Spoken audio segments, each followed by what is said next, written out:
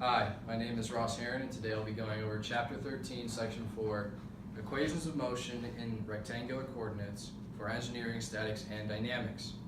When a particle moves relative to an inertial XYZ plane of reference, the forces acting on this particle, as well as its acceleration, can be expressed in their I, J, K components. In this case, we will be going over the net force equation known as F equals mass times acceleration. In the x direction, the sum of the forces are equal to the mass of the object times the acceleration in the x direction.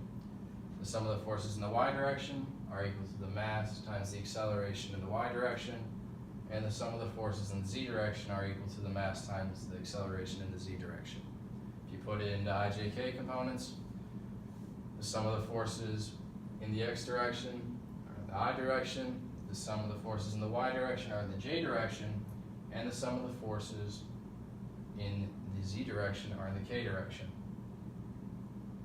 Now, if we want to go over the procedure of analysis for forces, we have to start with a free body diagram, also known as an FBD. First, we have to choose the coordinate system for the free body diagram. And then, once we do that, we can draw the free body diagram with all of our force, velocity, and acceleration vectors present in our free body diagram. Once we draw the free body diagram, we can then start moving on to analyzing the equations of motion for the given problem. Now, if the forces can be resolved directly from the free body diagram, then you can apply the equations of motion in their scalar component forms. However, if the geometry of the problem is confusing or complicated, then we will need Cartesian vector analysis in order to solve the problem. Now, if a moving object is in contact with a rough surface, then we use the force of friction equation for kinetic friction, where force of friction is equal to the coefficient of kinetic friction times the normal force, where the normal force opposes gravity, which would be coming from the surface, and then gravity, obviously, force of gravity. Now, if the object is stationary on the same rough surface, but is on the verge of motion, we will then use the force of static friction equation, where the force of friction is equal to the coefficient of static friction times the normal force. And if we were going over an object connected to a spring, then we would use the force of the spring equation, where the force is equal to K times S, where K is the stiffness of the spring, and S is the amount of distance the spring is either stretched or compressed. In order to find S, all you have to do is use the final length of the spring after compression or the stretching minus the initial length of the spring before it is compressed or stretched. Once you do that to find force or acceleration, then you move on to kinematics, where we are trying to find the velocity or the position of the object after a certain amount of time. If the acceleration is a function of time, we will use acceleration is equal to the change in velocity over a certain amount of time, or we will use the velocity is equal to the change in distance over a certain amount of time. In other words, A equals dv over dt, and v equals ds over dt. If acceleration is a function of position, then we'll use ADS is equal to vdv, or acceleration multiplied by the change in position is equal to the velocity multiplied by the change in velocity. However, if the acceleration is indeed constant, we can then use the three main kinematics equations, where v final is equal to v initial plus a multiplied by t, or we can use v final squared is equal to v initial squared plus 2 multiplied by a multiplied by s final minus s initial. And then, if we do not need to use those, we can just simply use s final is equal to s initial plus v initial times t plus 1/2 a times t squared, where t is time, a is acceleration, S is position, and V is velocity. Now, moving on, we will go over an example from the book. For this, in this case, we will use example 13.3. So, the baggage truck A, shown in the photo, has a weight of 900 pounds and tows a 500-pound cart, denoted as B, and a 325-pound cart, denoted as C. For a short time, the driving frictional force developed at the wheels of the truck is 40 times T, and that's in pounds, which should be right here. If the truck starts from rest, determine its speed in 2 seconds. Also, what is the horizontal force acting on the coupling between the truck and cart B at this instant? So first, we will go over the first part of the question in order to find the velocity of the system. So first, as we need to do, we will make a free body diagram, which I've already made. A is the truck, B is the first cart, and C is the second cart. Here we have the forces of gravity acting on those carts, which is just the weight. We also have the normal force acting on these carts, which opposes gravity totally and completely. So the change in, or the sum of the forces in the y direction are equal to 0. So an A would be 900, and B would be 550, and NC would be 325. We also have the force applied, which is the driving force for this system, as made or equal to 40T. Next, we will move on. So we will use the sum of the forces in the x direction is equal to m times the acceleration in the x direction, which is equal to the force applied, which is 40T. Now, the acceleration due to gravity in this case is a constant acceleration, which is equal to 32.2 feet per second squared. We use this because we're using the US system of numbers and units, so this would be it. If it was in the metric system, it would be 9.8 meters per second squared, but we're in the US system of units.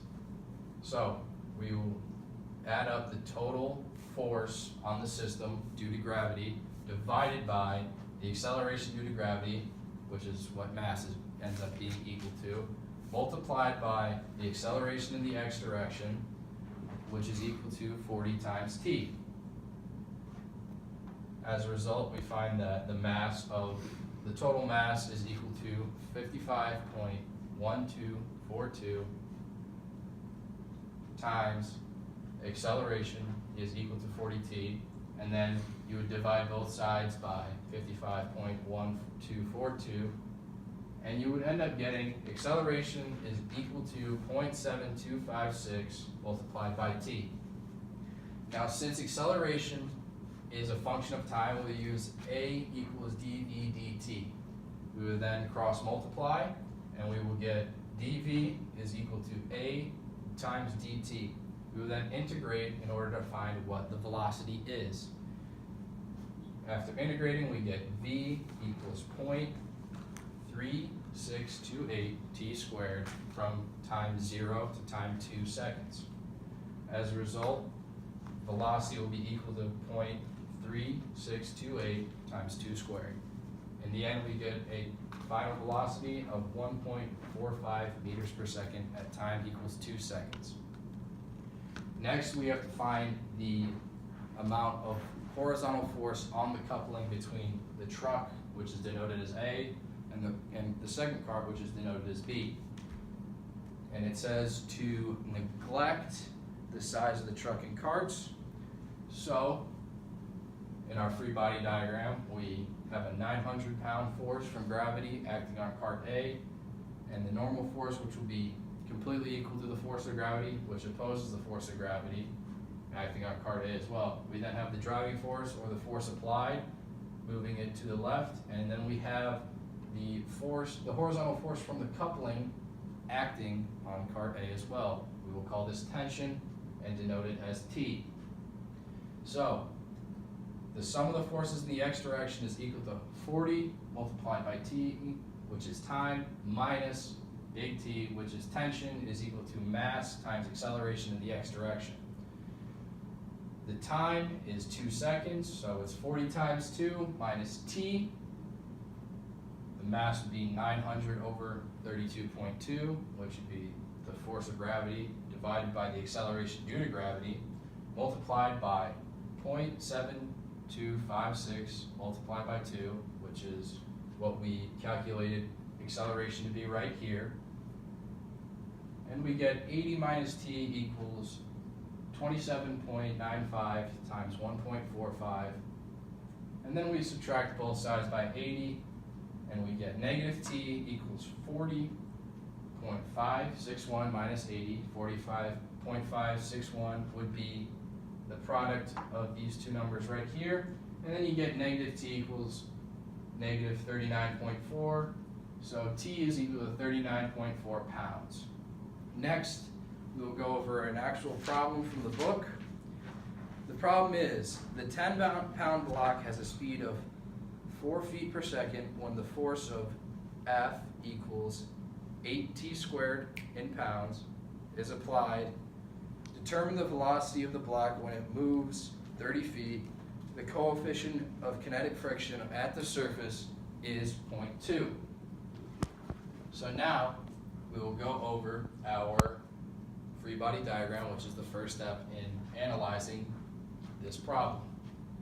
So we have the block right here. We have a normal force pushing up against the force of gravity. The force of gravity is 10 pounds, which is how much it weighs. Our force applied is noted as 8 times the time squared. And we also have a force of friction pushing against the block as it moves. This is because it's moving against a rough surface. The force of friction is equal to the coefficient of kinetic friction times the normal force. Now, in order to find what the normal force is, we have to use the sum of forces in the y direction equation, which is the sum of forces in the y direction multiplied by is equal to the mass multiplied by the acceleration in the y direction, which is equal to normal force minus the force of gravity, which equals 0 ultimately. Therefore, we can discern that the normal force is equal to the force of gravity, so the normal force is equal to 10 pounds. Now we have to find the mass before we can do anything else. So the force of gravity is equal to the mass multiplied by the acceleration due to gravity. Therefore, the force, 10 pounds, is equal to m times 32.2. So the mass is equal to 10 divided by 32.2. Now we will use the sum of the forces in the x direction is equal to mass times the acceleration in the x direction is equal to the force applied minus the force of friction. Here we have a mass of 10 over 32.2. Ax, which is the acceleration in the x direction, is equal to 8 times t squared minus the coefficient of kinetic friction multiplied by the normal force.